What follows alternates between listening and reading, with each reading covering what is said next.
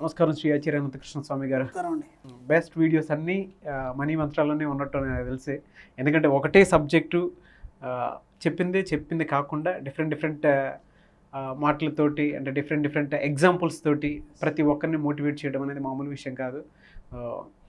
And మీరు చెప్పేటప్పుడు కొట్టే తెచ్చేలాగా నిర్మోహమాటం లేకుండా చెప్తారండి.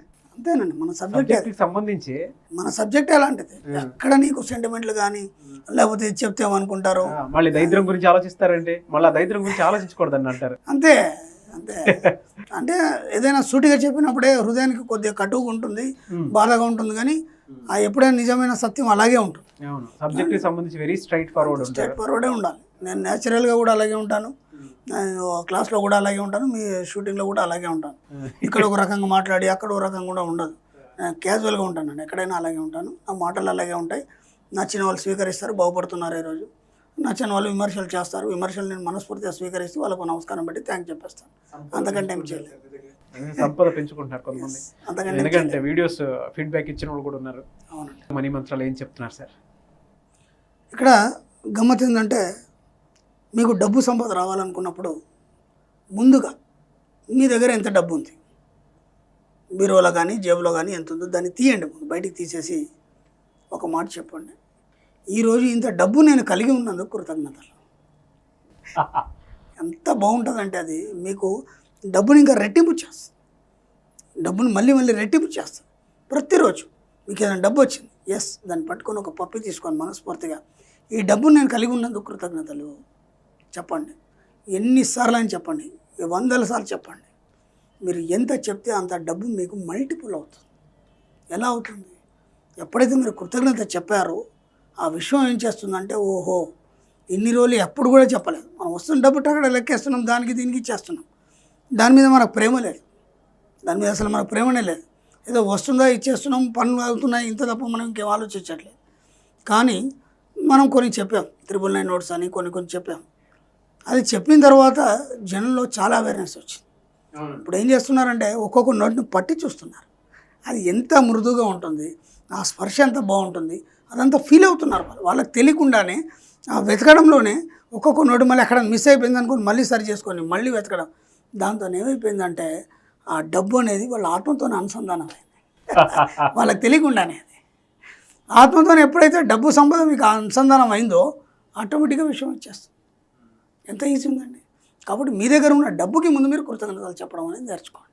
ఎంత డబ్బు ఉన్నా సరే, రూపాయి ఉన్నా సరే, రూపాయికి థ్యాంక్ యూ, ఈరోజు నేను రూపాయి కలిగి ఉన్నాను. మా గ్రూపుల్లో నాకు ఎంత ఆనందం అంటే పిచ్చి ఆనందం. నాకు మామూలు ఒక డ్రెస్సింగ్ టేబుల్ కొనుక్కొని, నేను ఈరోజు డ్రెస్సింగ్ టేబుల్ కొన్నాను, విశ్వమ కృతజ్ఞతలను పెడుతున్నారు. డ్రెస్సింగ్ టేబుల్ ఎంత అండి? ఒక 1500, 2000. కానీ అది కూడా చూడలేని వాళ్ళు అనమాట. వాళ్ళు ఇంత పెద్ద జీవితంలో ఒక డ్రెస్సింగ్ టేబుల్ కొనుక్కోలేని వాళ్ళు. అలాగే చిన్న వస్తువులు కూడా కొని విశ్వమ కృతజ్ఞతలు ఈరోజు ఇది పొందినందుకు, దానికి కృతజ్ఞత చెప్తేనే అంతకంటే పెద్దది నీ దగ్గరికి రావడం మొదలవుతుంది. కృతజ్ఞతకు ఉన్నటువంటి గొప్ప ఇంపార్టెన్స్ ఏంటంటే, నువ్వు ఎంత కృతజ్ఞతలు చెప్తే అంతకు రెట్టింపు వస్తుంది. అలాగే మీరు లేచి నుంచి పడుకునే వరకు మీకు డబ్బు రావాలంటే ఇంకా మీరు ఏం చేయకండి, కేవలం కృతజ్ఞతలు చెప్పడం. ఉదయం లేచి నుంచి పడుకునే వరకు కనీసం రోజు 100 కృతజ్ఞతలు కావాలండి. మీరు లెక్కేసుకోండి, ఎన్ని కృతజ్ఞతలు కౌంట్ చేసుకోండి.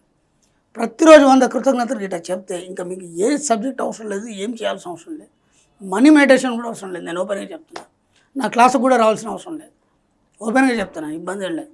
రోజు 100 కృతజ్ఞతలు చెప్పండి. ఖచ్చితంగా మీకు ఎంత డబ్బు వస్తుంది, మీ పరిసరాలన్నీ ఎలా మారిపోతాయి, ఎంత ఆనందంగా ఉంటారు.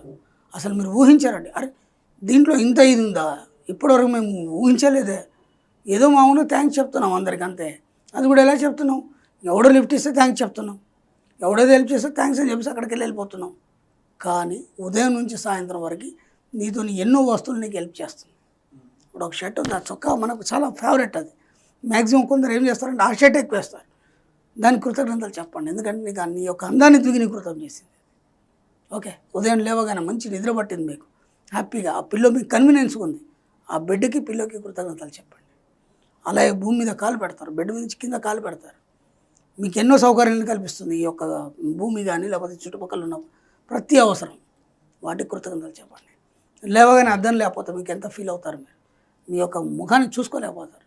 మీ యొక్క ప్రతిబింబానికి అందాన్ని చేకూర్చుండేటువంటి ఆ అద్దానికి కృతజ్ఞతలు చెప్పండి. ఒక్కసారి మీ జీవితంలోంచి దువ్వెన్ని తీసేయండి.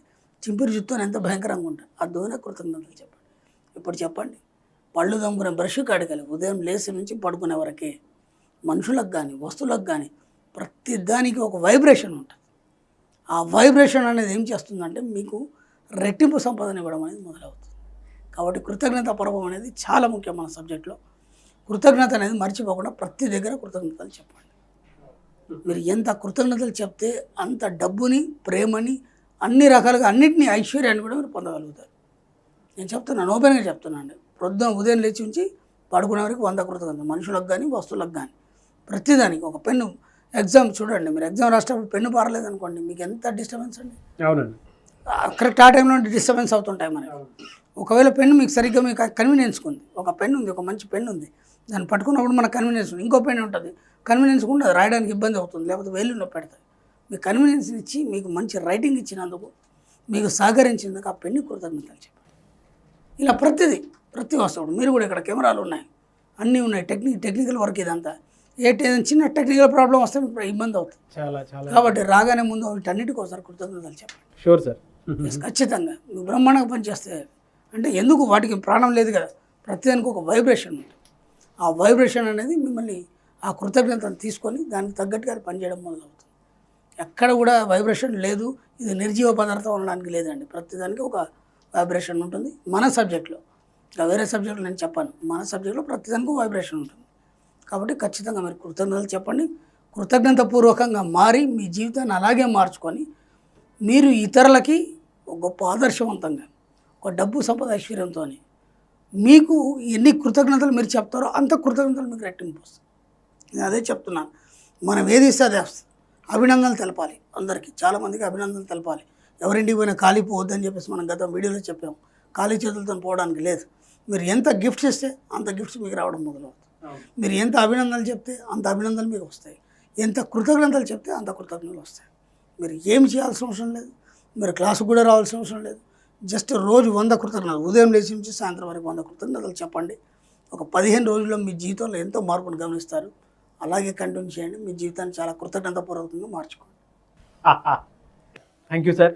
అండ్ తంత్ర ఏం చెప్పబోతున్నారు సార్? తంత్ర ఎందుకు తప్పదా? తప్పదు సార్, అది ఎలా మర్చిపోతాం సార్, దానికోసం చూసేవాళ్ళు కూడా ఉంటారు. ఓకే. నేను ఎన్నోసార్లు చెప్పడం జరిగింది. తంత్ర వేరు, ఈ సబ్జెక్ట్ వేరు. కాకపోతే ప్రేక్షకుల కోరిక మేరకు మాత్రమే ఈ తంత్రాలు చెప్పడం జరుగుతుంది. గమ్మత్ ఏంటంటే ఈ వ్యాపారం గురించి ఇంకో చిట్కా చెప్తాను. ఇంతకుముందు ఒక చిట్కా చెప్పుకున్నాం మనం, వ్యాపారం గురించి ఇంకో చిట్కా చెప్తాం. మనకి ఎంతకి కూడా వ్యాపారం నడనప్పుడు, లేకపోతే వ్యాపారం సాగనప్పుడు, లేకపోతే ఎవరు ఏదో చేసినారని చెప్పేసి మనకు కొన్ని ఆలోచనలు ఉంటాయి. ఎందుకంటే ఎన్నో చూస్తున్నాం జీవితంలో, పెద్దవాళ్ళు ఎన్నో చెప్తుంటారు, మనం అన్నీ చూసి ఉంటాం. కాబట్టి మనకు ఒక ఆలోచన వస్తుంది, ఏదో జరిగింది నాకు, ఏమో అయింది అని చెప్పేసి, అందుకే వ్యాపారం అంతా కుదేలైపోయింది, లేకపోతే నేను ఎక్కడ పోయినా ఏం పనులు కావట్లేదు, ఇలా మనకి కొన్ని ఉంటాయండి. దానికోసం మీరు ఏం చేస్తారంటే, ఒక మంగళవారం నాడు హనుమాన్ టెంపుల్కి వెళ్ళండి. హనుమాన్ టెంపుల్కి వెళ్ళేసి హనుమాన్ సంబంధించినటువంటి ఇక్కడ ఛాతి మీద ఉన్నటువంటి కొద్దిగా సింధూరం తీసుకోండి. అక్కడ అయ్యగారిని అడిగి కొద్దిగా తీసిమని చెప్పండి. ఆ సింధూరాన్ని తీసుకొని మీరు బొట్టుగా ధరించి, అలాగే మీ వ్యాపార స్థలం ఉంటుంది, ఒక రాగి ఒక రాగి ఆకు తీసుకోండి. ఆకు తీసుకొని దానికి కూడా సింధూరం పెట్టి మీ గల్లపెట్టెలో పెట్టండి.